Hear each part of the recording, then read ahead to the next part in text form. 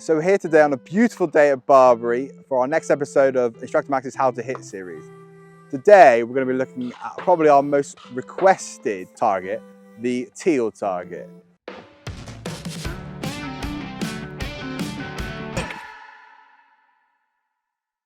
Across the board, all the registered shoots I shoot is possibly the most missable one, as along with the duck target that comes from overhead. But we'll get to the duck another time. With this particular target, we're going to start closer, and we're going to just work our way backwards to where we are in this stand now.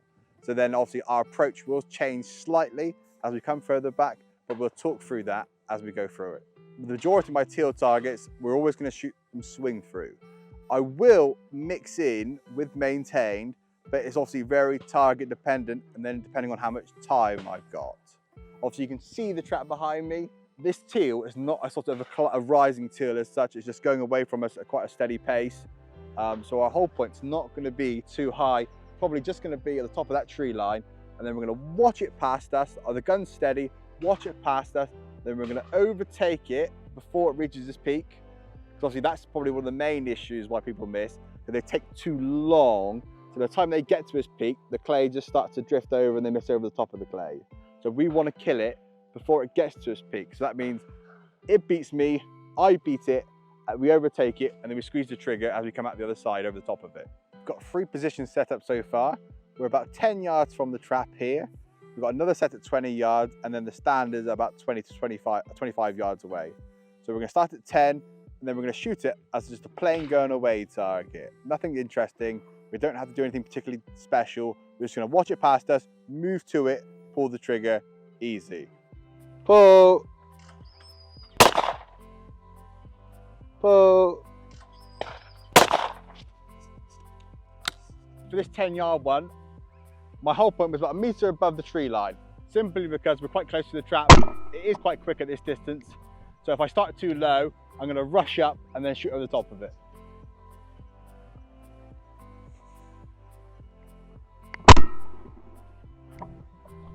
So now we're going to move back to 20 yards, then we're going to see if we can shoot it the same. So now we're at 20 yards, and my hold point is going to be the same. Watch it past me, but instead of swinging to the clay this time, we're going to swing through it.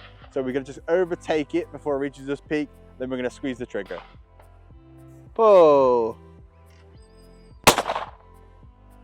Pull. When I'm closer, when I'm 10 yards away, what I'm doing with my eyes is that I can just look straight over the top of the gun and look for that clay nicely. But as I step further backwards, if I can see the trap, if this is the gun, I will try and look underneath my gun, only about 1 meter or so, to try and catch it and see it and watch what it's doing. And then I can watch the clay overtake me nicely, and then I can overtake it. So that's what I did then. I parked it above the trees, I set my eyes just beneath it, watched it pass me, then I come through it, swung to it and overtook it and pulled the trigger.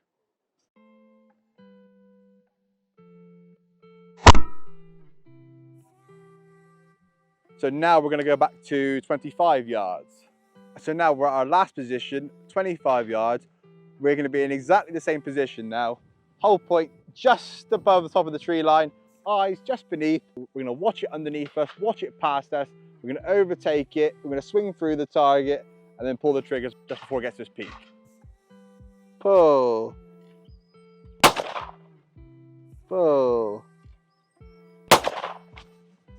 So the first thing we can establish is that our hold point from our 10, 20, and 25 yards has always been the same, top of those trees. But obviously what does vary is what I'm doing with my eyes. Obviously at 10 yards, I was sending my eyes straight above, allowing that clay to come into my peripheral. I move to it, pull the trigger.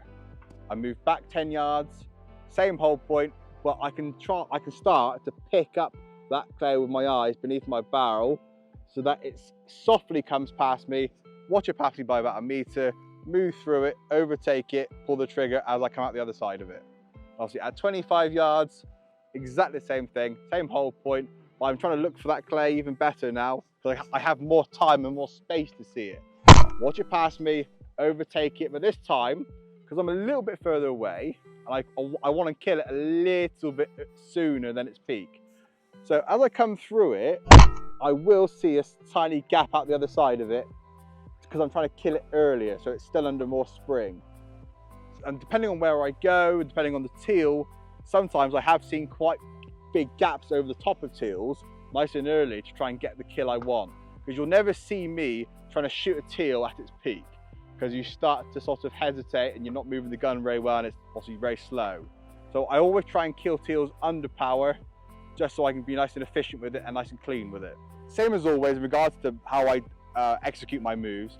When that clay's coming past me, I need to be still. I don't want to try and pace it. So I keep still, let my eyes do the work, watch it pass me, obviously by our meter, whatever it is, our decent amount.